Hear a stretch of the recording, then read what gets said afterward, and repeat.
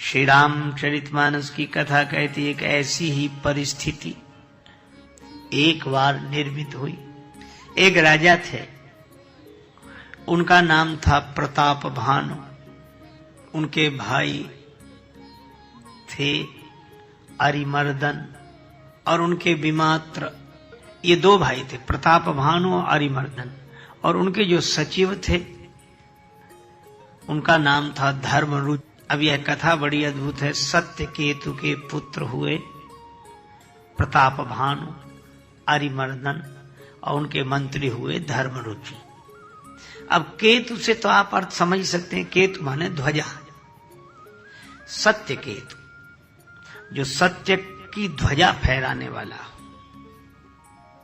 जो सत्य की ध्वजा फहराने वाला हो, सत्य केतु, उसी के यहां ऐसी संतान जन्म लेती है जिसका प्रताप सूर्य के समान हो।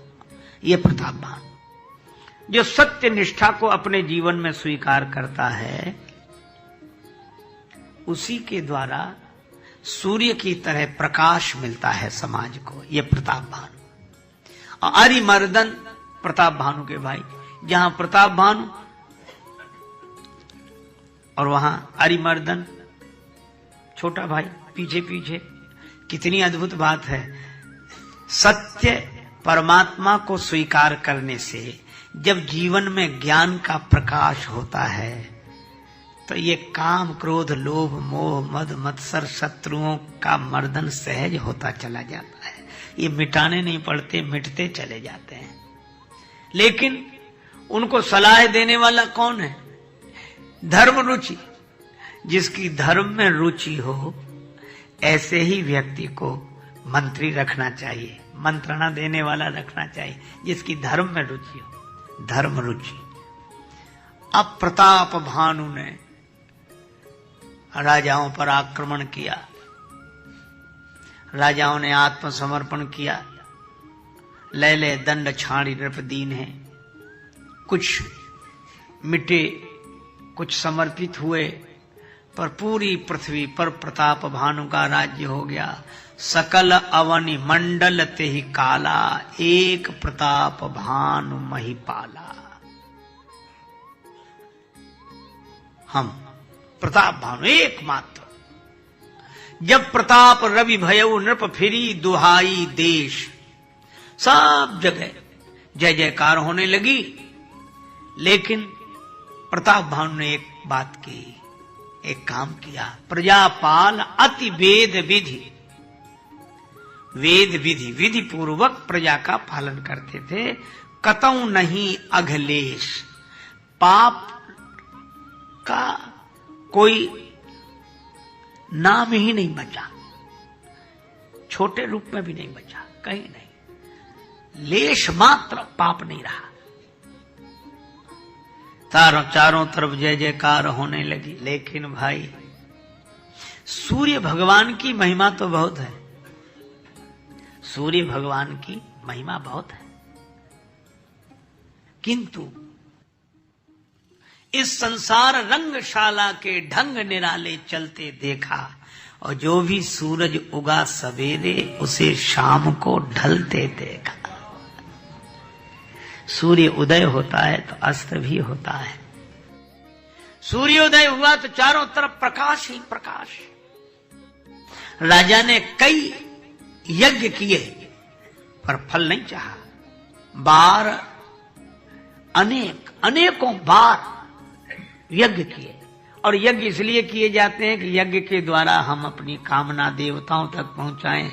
लेकिन हृदय न कछु फल अनुसंधाना, भूप विवेकी परम सुजाना। राजा बड़ा विवेकी है, परम सुजान है, कोई फल नहीं चाहा। पर एक दिन की बात, शिकार के लिए राजा गया, धनुष पर बाण चढ़ाए, घोड़े पर बैठा। तब तक उसको एक बाराह दिखाई दिया, बड़ा विशाल शूकर। राजा ने कहा इसी का वध करेंगे, क्योंकि ये प्रजा को परेशान कर सकता है, हिंसक जीव है। उसके पीछे पड़ गए। बढ़ता जाए, बढ़ता जाए। अब तो सूर्यास्त समीप था, लौट आना चाहिए था,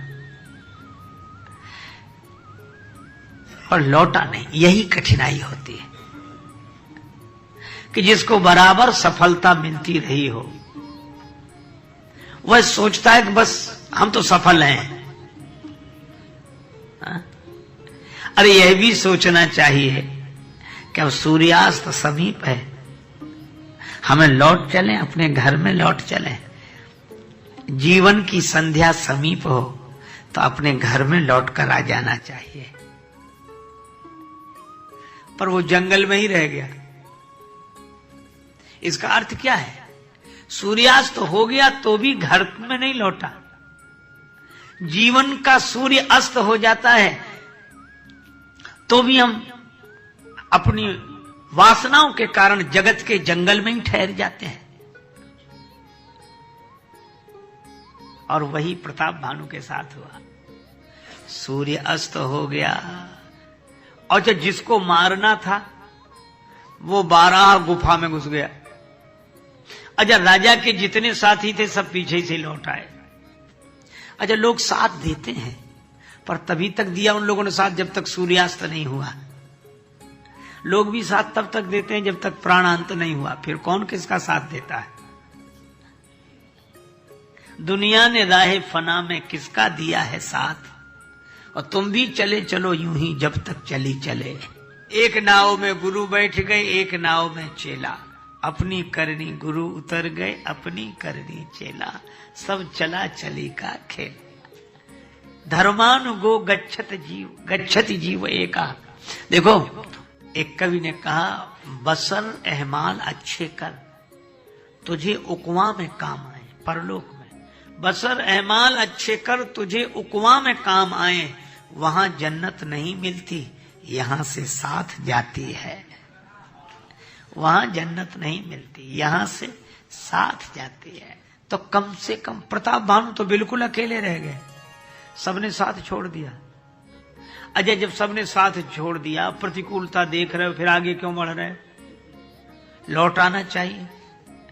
पर अभिमानी के साथ यही कठिनाई होती है। और अभिमान कब हो जाता है? जिसे बराबर सफलता मिलती रहे तो सोचता हम तो जीत कर ही रहे, हम तो जीत कर ही रहे।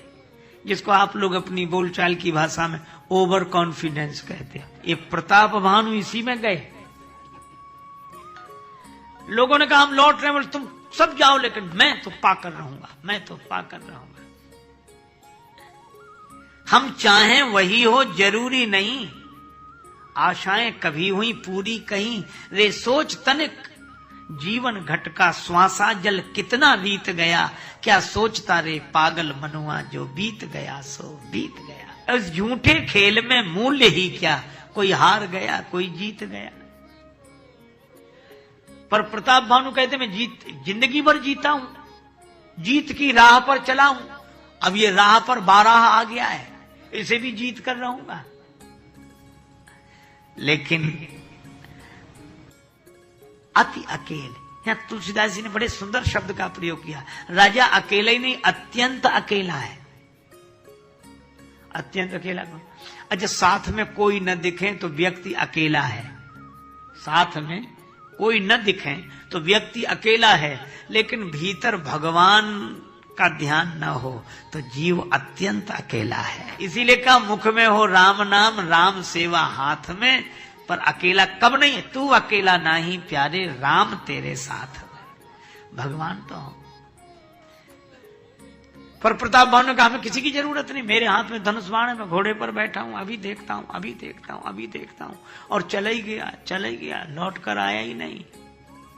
अच्छा देखो, आपने विचार किया कभी, वासना कभी किसी को लौटने देती है घर में?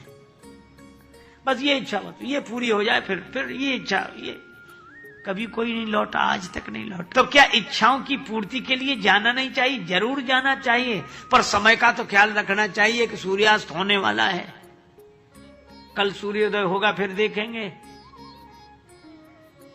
तो जीवन के संध्या समीप हो तब तो लौट आना चाहिए कि अगले जन्म में देखेंगे। क्या इसी जन्म के लिए सब जिंदगी के चंद लम्हे खुद के खातिर भी रखो, भीड़ में ज्यादा रहे तो खुद भी गुम हो जाओगे। फिर देखेंगे गैर मुमकिन है कि दुनिया अपनी मस्ती छोड़ दे, इसलिए दिल तू ही ये बेकार बस्ती छोड़ दे। और खूब तरसाया है तेरी ख्वाहिशों ने ही तुझे, तू भी अब इन ख्वाहिशों को कुछ तरसती छोड़ दे। प्रताप भानु नहीं छोड़ पाए।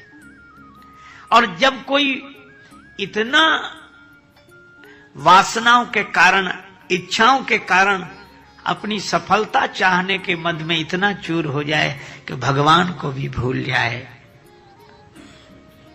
तो निश्चित समझो कितना भी सज्जन का जीवन यह रहा हो, पर अगले जन्म में तो राक्षसत्व उतर ही जाता है उसके जीवन में। यही प्रताप भानु रावण बना।